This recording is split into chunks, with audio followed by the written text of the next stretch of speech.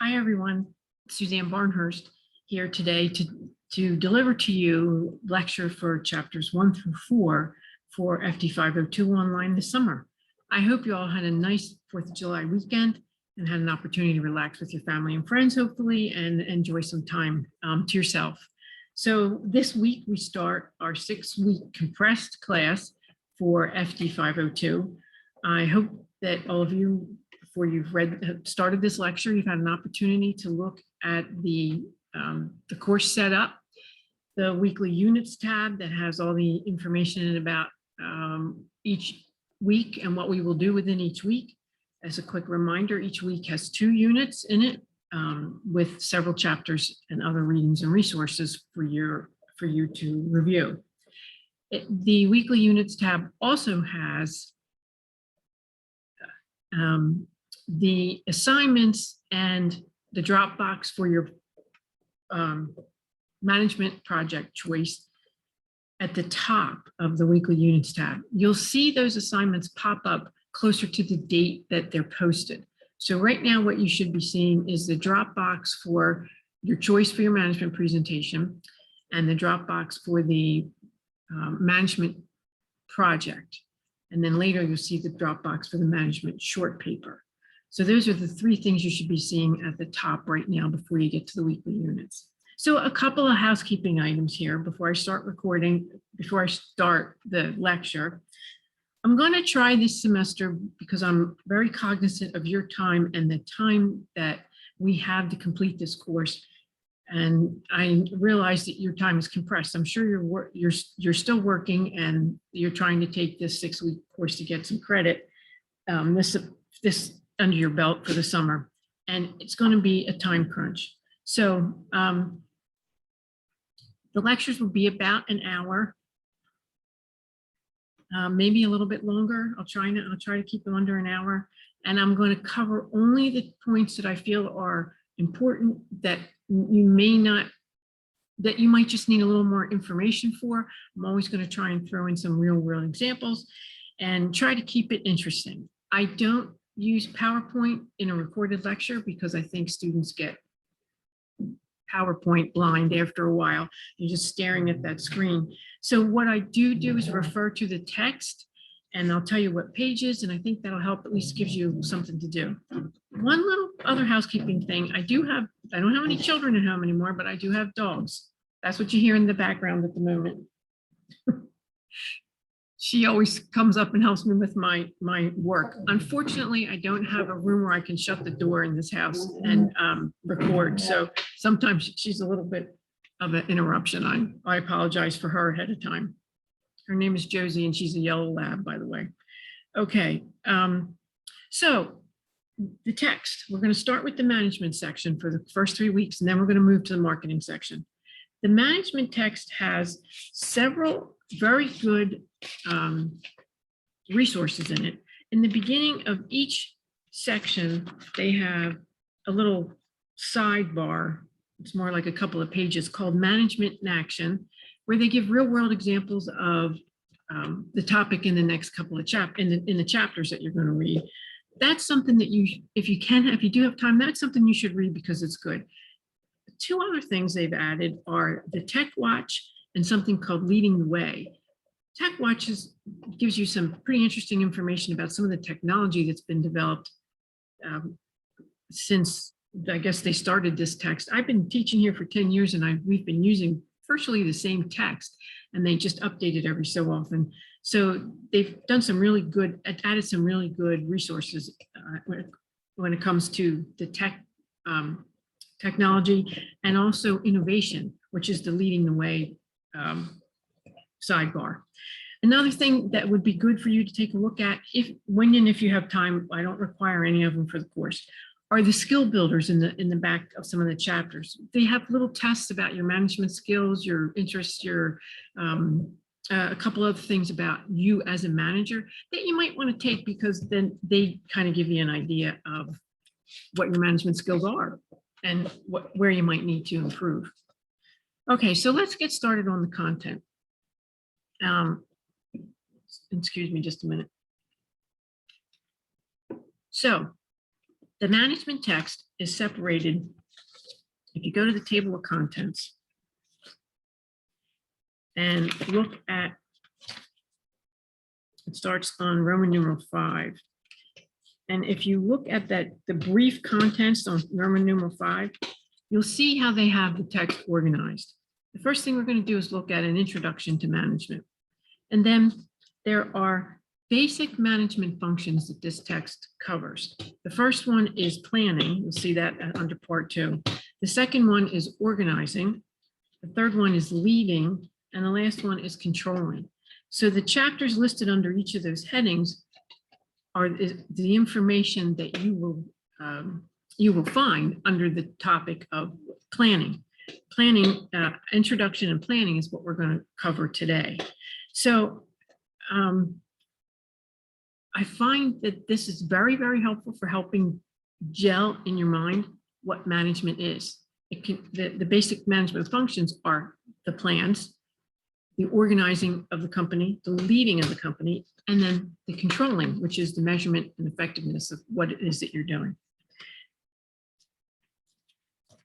Okay, so to start, let's go to page 3 of chapter 1, and you'll see the definition of a manager.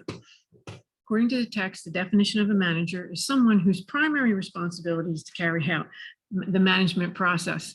So that doesn't really tell you a whole lot, but what it does tell you is that the manager has a responsibility, and their responsibility is to execute the process of managing their portion, whatever their portion is. If you look down at the second paragraph there, where it starts as today's managers, it has some pretty good information, interesting statistics in here. It says that today's managers have interesting and challenging situations. The average executive works 62.5 hours a week. I think that's low for in some areas, especially within the last year. They have enormous demands on their time. They face increased complexities that include things like globalization, emerging technologies, pressure from shareholders, government regulation, the impact of what social media is doing, the increase in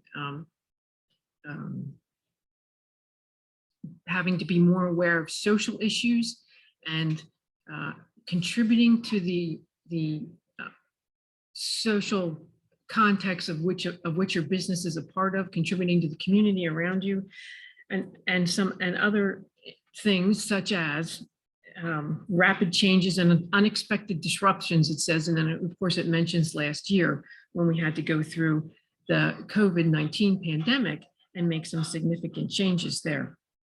The manager's job is very unpredictable, and one thing that is predictable is change.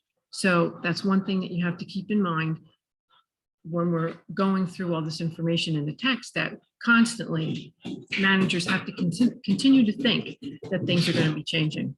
Okay, so on page 6, we have a chart that says basic management functions, and it reviews the 4 management functions: planning and decision making, organizing, leading, and controlling. So planning means that an organization is going to set its goals and decide how best they're going to achieve them. That's basic planning. Decision making under that topic of planning is a part of the planning process, and it involves selecting which way you're going to go, what's your alternatives, what are your goals, what will be your alternatives, what will be your contingency plans, those kinds of things. Decision making is what your discussion forum this week is on, the topic of decision making. So everything that we talk about in the first couple of chapters leads to chapter 4, which is decision making, and hopefully you'll be able to answer those questions with all the information that we've reviewed. All right, organizing involves determining how activities and resources are to be grouped. In other words, what the organization of the company will look like, what form it will have. Will it be a top-down management? Will it be a flatline organization? Will it be more focused on the customer, which some people call bottom-up? Just depends. Leading is the set of processes that used to get members of the organization to work together and further grow the interests of the organization. There are many types of leaders. There are formal leaders and informal leaders. We'll go over that in chapter 11, I think it is, later in the course. And then controlling is monitoring the progress of the organization as it works towards its goals. That includes things like human resources effectiveness, performance appraisals, things like that. It also looks at financial goals and financial accounting and where we can make more efficient our spend and our income, and obviously where we can make profits. And we must be able to control all of that. And that includes every piece of the organization. Okay, so you'll see on page 7 there is the Tech Watch, and in this chapter it's on social media, which we all know has become basically the way that we market our businesses today. So I won't get into that topic now because I also teach marketing and I could talk about that for hours. So you read that and then later on in this course, we'll talk about it some. All right, so the next section that I want to cover is the fundamental management skills. And this is more about the manager themselves and what types of skills that they should have. Technical skills, they're necessary to understand the specific kind of work done in the organization. Obviously, you can't manage a group of people if you don't know the work that they do. And there's all sorts of technical skills that people have. Obviously, those in healthcare have, doctors and nurses have skills that all are applied to patients for medical reasons, medical knowledge, medical skills for surgery, delivering babies, whatever it is. Technical skills in a company like Dorman, if anybody's familiar with Dorman. Dorman is a OEM business in Colmar, Pennsylvania, that they sell aftermarket parts for automobiles. I've had quite a number of students from that organization, so I've come to know quite a bit about their company.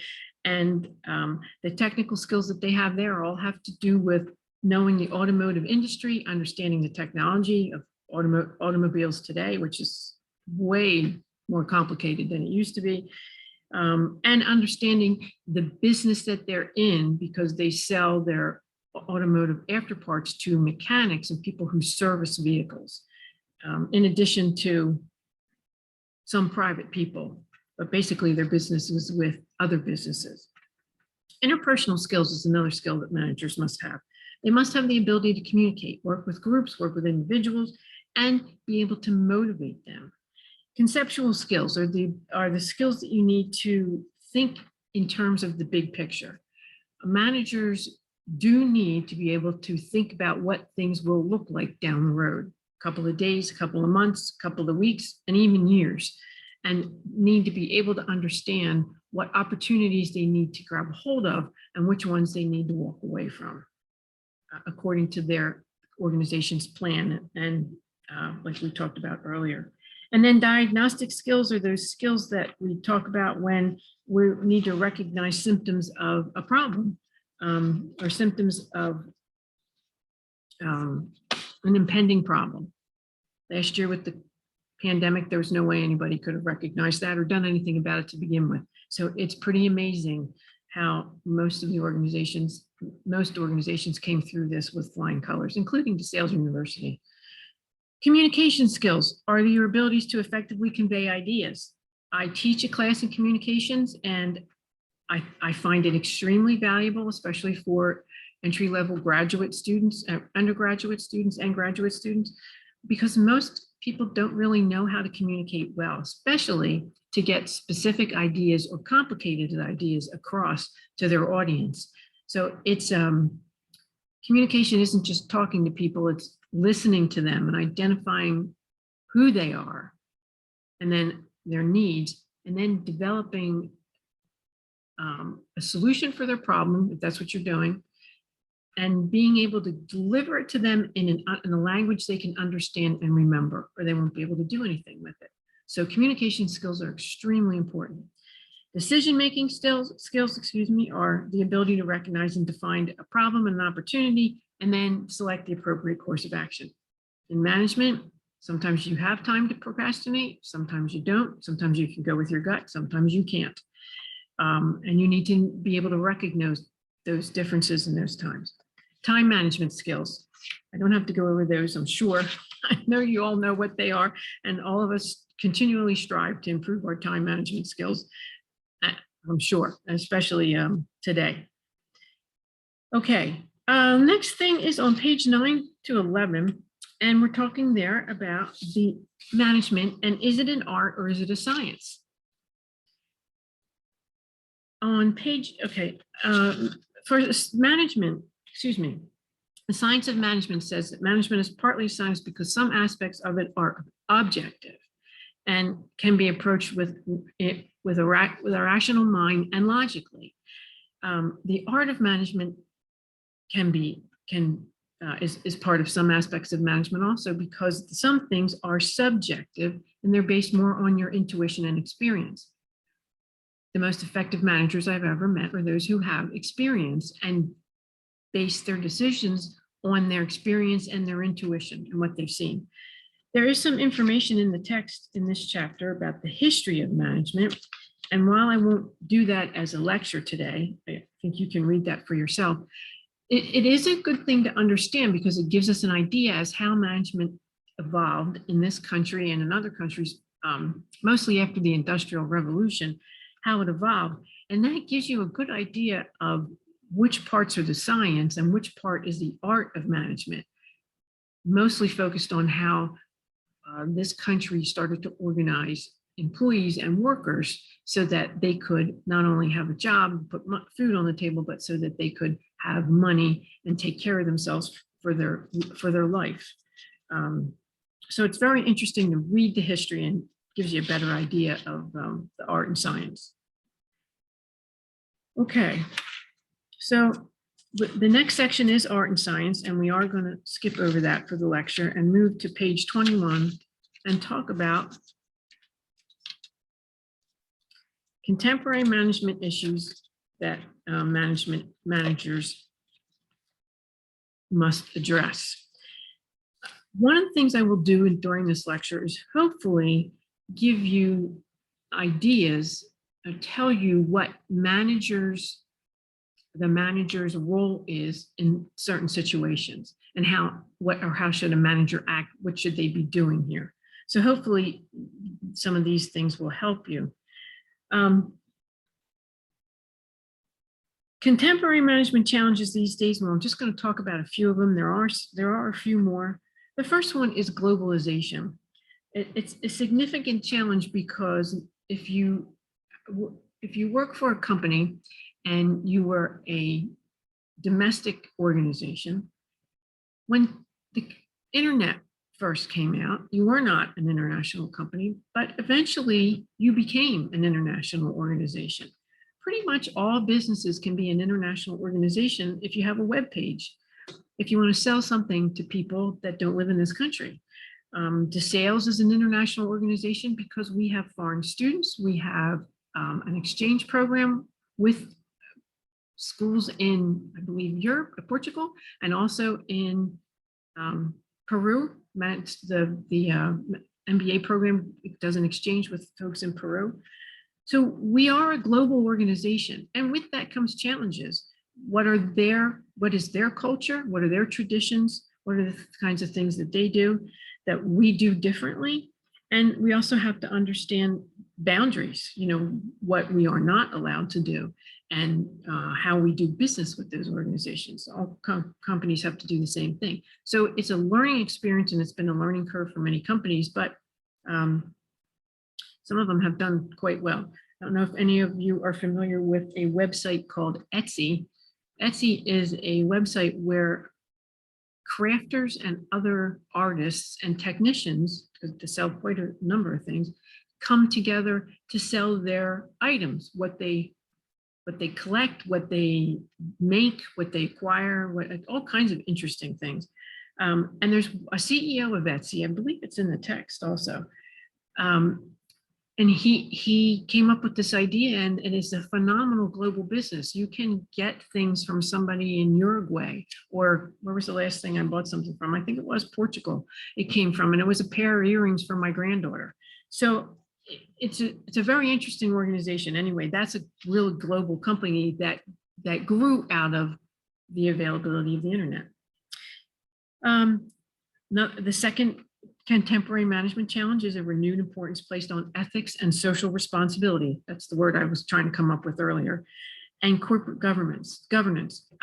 Organizations must have a code of ethics and follow their code of ethics, especially if they're larger businesses.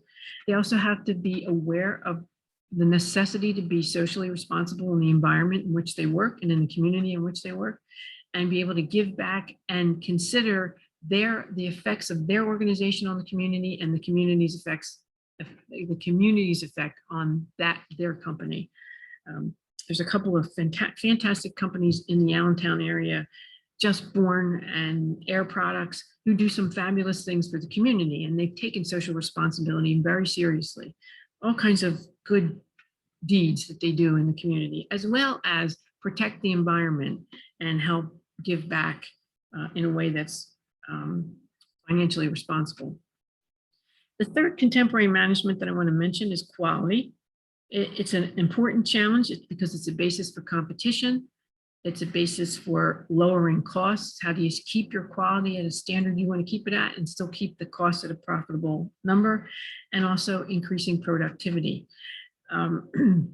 Consumers today are very focused on quality and are easily annoyed if something isn't of quality that they expect it to be, their perceived level of quality, and they'll take to social media to tell people about it. So quality has become an issue, and the level of service is also an indication of quality. There's a shift towards service economy. Back in 2008, 2010, there was an economic recession that really affected what managers do. Another thing here is the changing nature of the workplace. I don't have to mention about last year how we all went from an office in the hallway and some co-workers around us every day, excuse me, to our homes, and turning our home into our office and chasing our kids out the door and all kinds of different things. So that last year's pandemic has made a difference in how we all work. And I firmly believe that it has changed the future of how we work. And as a manager, that's really going to present a challenge, especially for people who aren't used to managing people that they aren't with.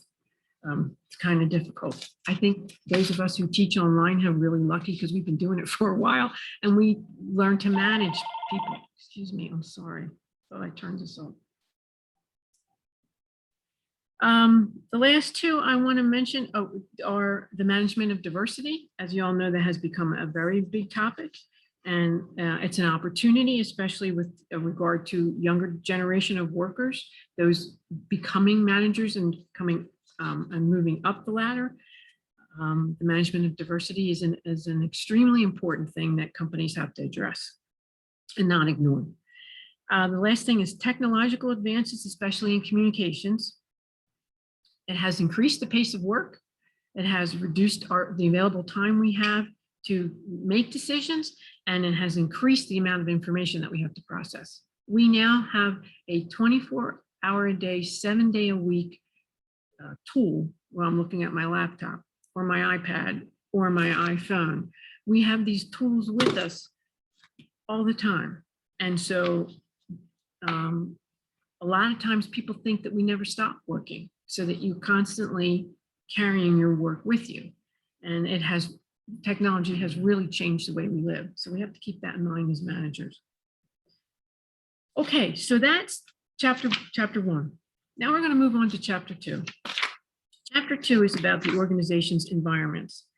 And again, they have a great management in action about the Boeing 787 and Boeing's ups and downs as a company, as far as building the planes on time and making sure that they were well built. They went through a period of time where they were left go all their good mechanics, all their retiring mechanics, and then brought in a whole bunch of people that were younger and didn't know, and they had a real bad time there for a while. That's a good management and action review about the environment in which an organization works. So there's a couple of parts to a company's environment, and I'm not just talking about internal, I'm talking about external. So the external environment is everything outside of the organization that might affect it. And it contains two other things, the general environment and the task environment. And we're going to look at an illustration of that in a minute. The general environment is different dimensions and forces in an organization's surroundings that determines its context. In other words, where is it within the context of the corporate world or that particular market, that product. And the task environment is specific organizations or groups that have an impact on the firm. Again, we'll see a picture of this in a minute. Then there's the internal environment. So the external environment is composed of the general and the task, and the internal environment is conditions and forces within the organization. Its general environment, so let's stop with that. Those two definitions and go to page 36 and look at the picture of McDonald's. McDonald's, what they call internal and task environment. So the internal environment you see in the middle is the McDonald's circle, which is a restaurant itself. The task environment is all those things surrounding it that's necessary for McDonald's to do business. They include the customers, which is obvious, the suppliers who supplies them with their equipment.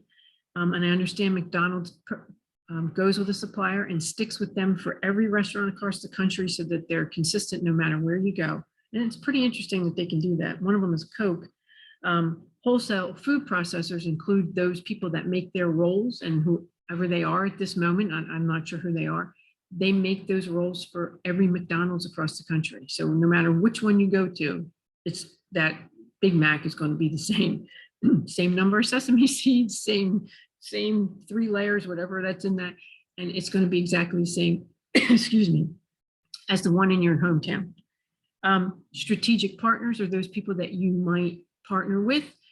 McDonald's is famous for partnering with Disney and putting their little figurines in the Happy Meal so you can make your child happy when you take them to McDonald's, or nagging so that they will take you to McDonald's.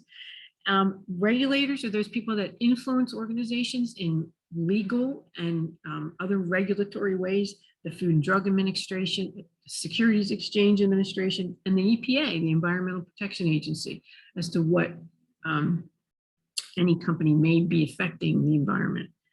And then the last part of the task environment is the competitors. And in McDonald's case, they list here Burger King, Starbucks, Subway, and Dairy Queen, which are all fast food organizations. And now McDonald's has even broader number of competitors because we have places like Wawa and Sheetz in our area. We also have Wegmans and other grocery stores that make fast food. They might not have a drive up, but they still have fast food.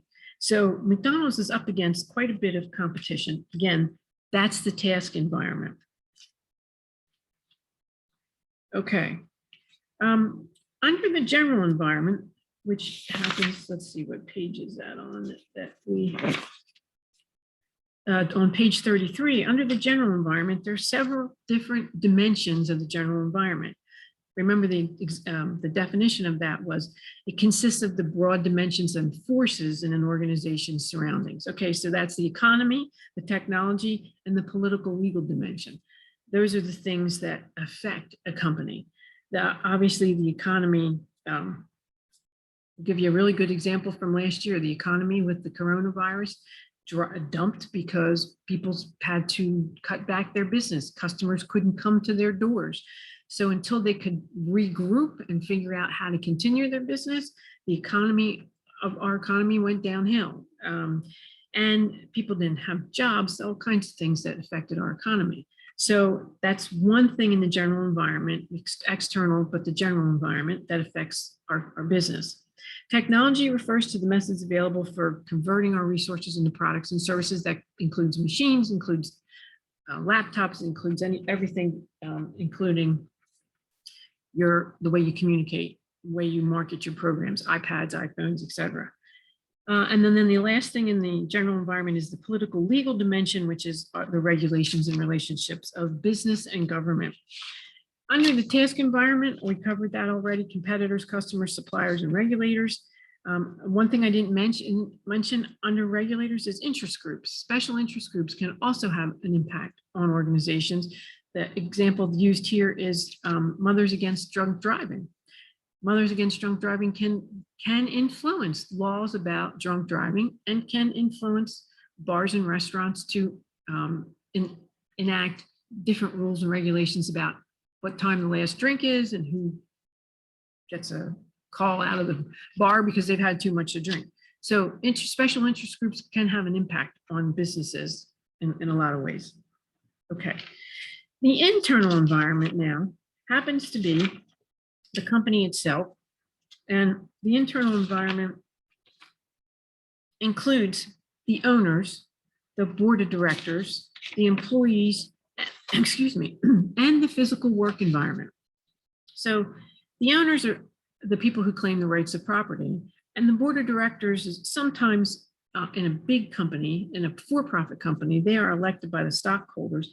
In a non-for-profit company, they're mostly volunteers who are invited to come to be on the board, but they oversee the management of the firm and ensure that it's being run in a way that best serves the stockholders' interest, or in the case of a nonprofit, the mission's interest and what their goals and objectives are for the mission of the nonprofit.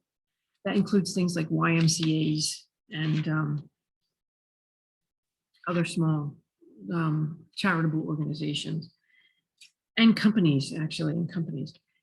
Employees are part of the internal environment. The workforce and the composition of workforce is ever changing, like we saw last year. Employees are asking for increased job participation and ownership, and organizations are increasingly relying on temporary workers. And I think that has become even more so since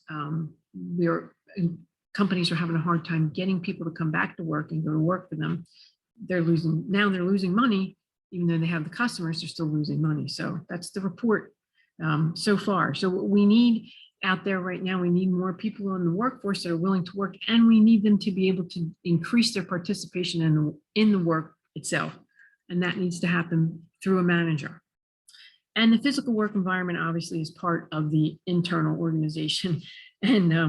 And as we mentioned earlier, the physical work environment has changed for a lot of us. Even if some of us have gone back to work or in a physical environment other than our home, we still have that home office that we can always go back to now. And I'm sure most of us will not, if we can, we will stay home. There's a lot of good reasons for it.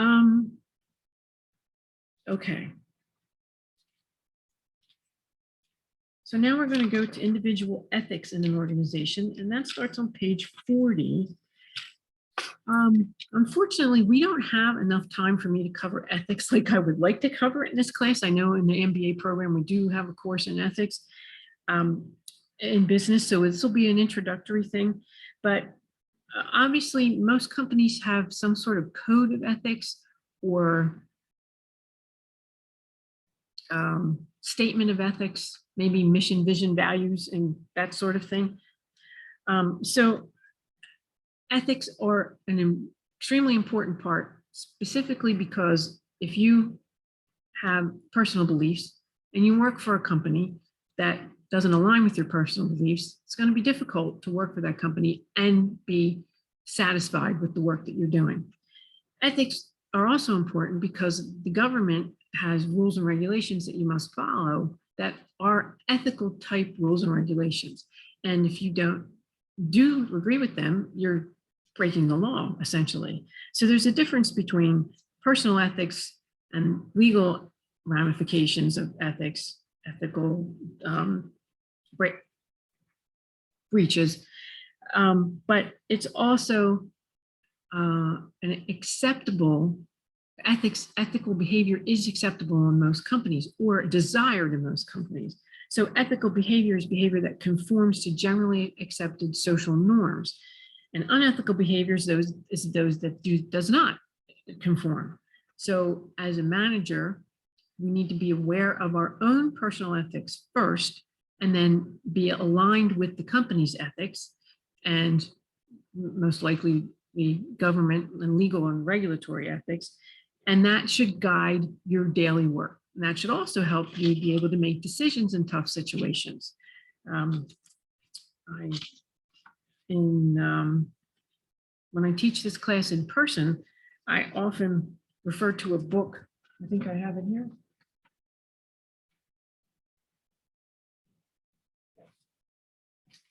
Rather old, but it's called Power of Ethical Management. And it is by Kenneth Blanchard, who wrote The 1 Minute Manager many years ago, and Norman Vincent Peale, who's quite an older gentleman. I think he's passed away by now. But what it does is it teaches you in a very quick, brief way how you can identify your own ethics first and then apply those ethics to your everyday work. And it gives you a little thing they call the ethics check. And it asks you to think when you're trying to answer a question, is it legal? Is it balanced? And how will it make me feel about myself? So that's how the text starts. And then it gives you a little tool on how to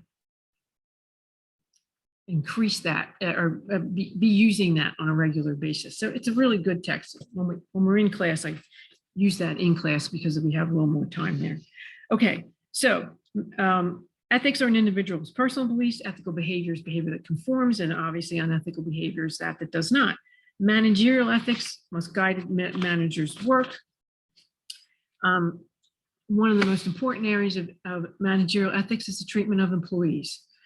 If you go back and look at the history of work, you'll see in that chapter 1 information about how employees were not treated very fairly or very well, and sometimes unethically, and that's how employee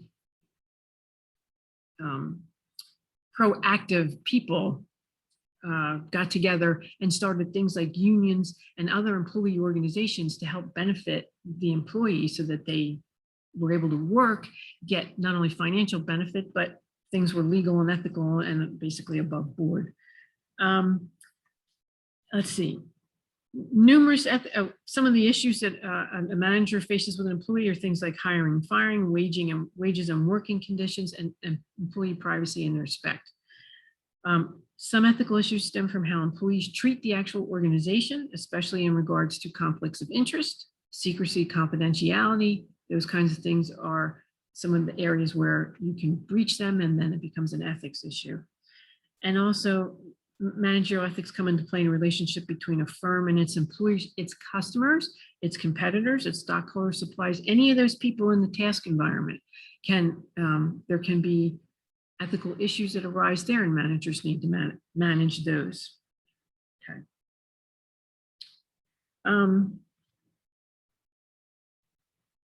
Effective management of ethical behavior includes that the top management should set ethical standards for the organization. I firmly believe that if top management doesn't do that, your code of ethics will not hold up. And not only do they have to set it, but they have to practice it also, just like everyone else. Committees can investigate, again, this is effective management, put a committee together to investigate possible unethical activities that happen internally. Employees can attend training sessions to learn how to behave when faced with certain situations, like conflict of interest. Somebody asks you to lunch that happens to be one of your suppliers and wants to influence you over buying their product, which is an unethical situation. And you have to determine whether or not you can go to lunch, obviously, with that person. And then most companies have what's called a code of ethics, where it's a written formal statement of the values and ethical standards that the firm guides itself by. And again, it has to be written by top management and then led by top management. Otherwise, most people won't even realize they have a code of ethics. I've heard some people say that the code of ethics was hanging on the wall of their office for years and no one ever even didn't understand it, didn't know what it was for. So some companies aren't up to snuff on that. There's been some emerging ethical issues in the past, ethical leadership, where there was a time when CEOs stole money, I guess that's the easiest way to say it, stole money from companies' employees' retirement plans, and then tried to say that they didn't know the accounting people were doing that. Well, an act was passed called the Sarbanes-Oxley Act of 2002, which requires a CEO to vouch personally for the truthfulness and fairness of the firm's financial disclosures. So they can no longer say, oh, I didn't know, which is what happened there. And then corporate governance is an area with met ethical concerns. Board of directors are under increased pressure to provide effective oversight. It's their responsibility as board of directors to make sure that everything is, pardon my pun, above board. And then we have ethics and information technology. And you know, we all know that information technology is a touchy subject because of privacy issues. So many organizations like sales has what we call a firewall to keep stuff out of our email, even though stuff still sneaks in, but it's up to us then to make sure that we don't get involved in anything that's, or click on anything that could take the whole system down, which is always my fear. So, okay, so ethics and information technology. All right, so the next topic is social responsibility. We're at page 44. Social responsibility has become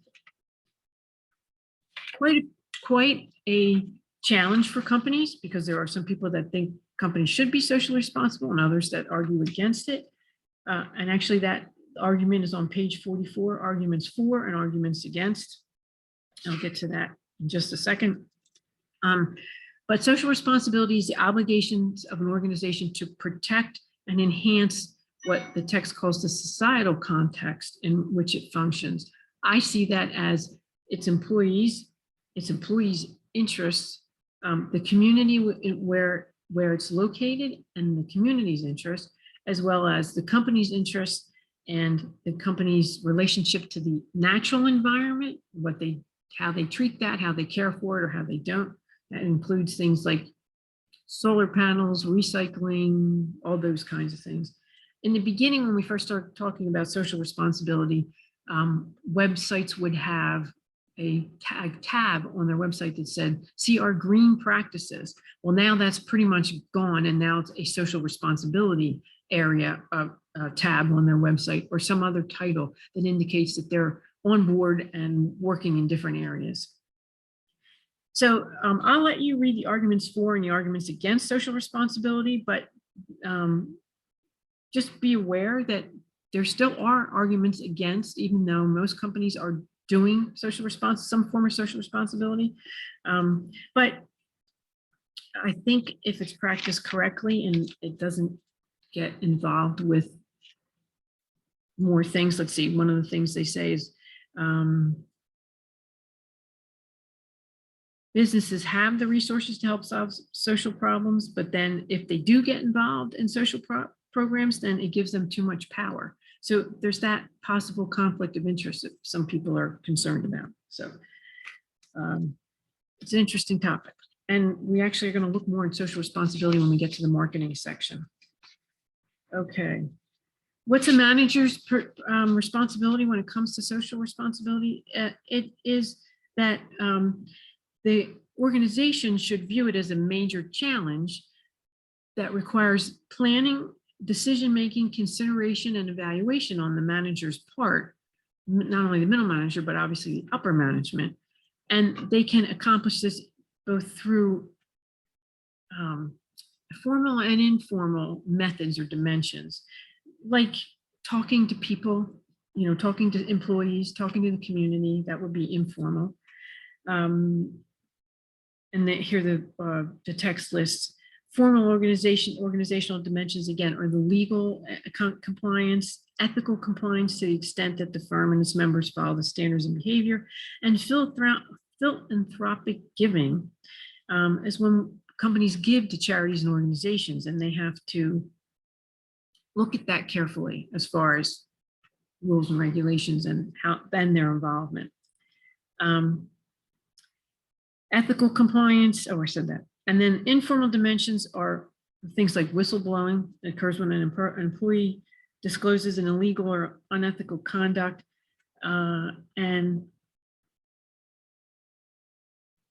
informal organizational dimensions include the culture and leadership practices of an organization, and that can define the social responsibility stance adopted by its members. So whatever the culture and leadership ability is, then that can define where they'll go, who they'll support, what they'll help with. And something that the text emphasizes is that an organization's approach to social responsibility may be inconsistent and contradictory. So it might look, when they support something, it may look like it's kind of something like an outside environmental issue, and it may look like it's inconsistent with their business. So knowing this, a manager must be able to communicate as best as possible the reasons for participating in any kind of social responsibility task or event. Some companies hold social responsibility events. So knowing that there might be some inconsistency and contradiction, managers must be able to communicate that well to their employees and for their participation and those kinds of things. It's sometimes it's a very complicated mix. I'm trying to think, there was an example. The Susan G. Komen Breast Cancer Foundation has been supported quite a bit by many, many companies.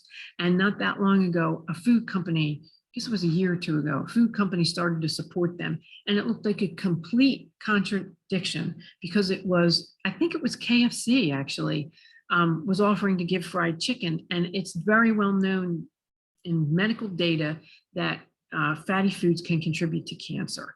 And of course, that was sort of a contradiction. So Susan G. Komen had to walk away from that one. Okay, so let's see. I think we are. Last thing in chapter 2 is the organization's culture. We're still talking about the environment and the organization. And the last thing we're going to talk about is the organization's culture. We're going to skip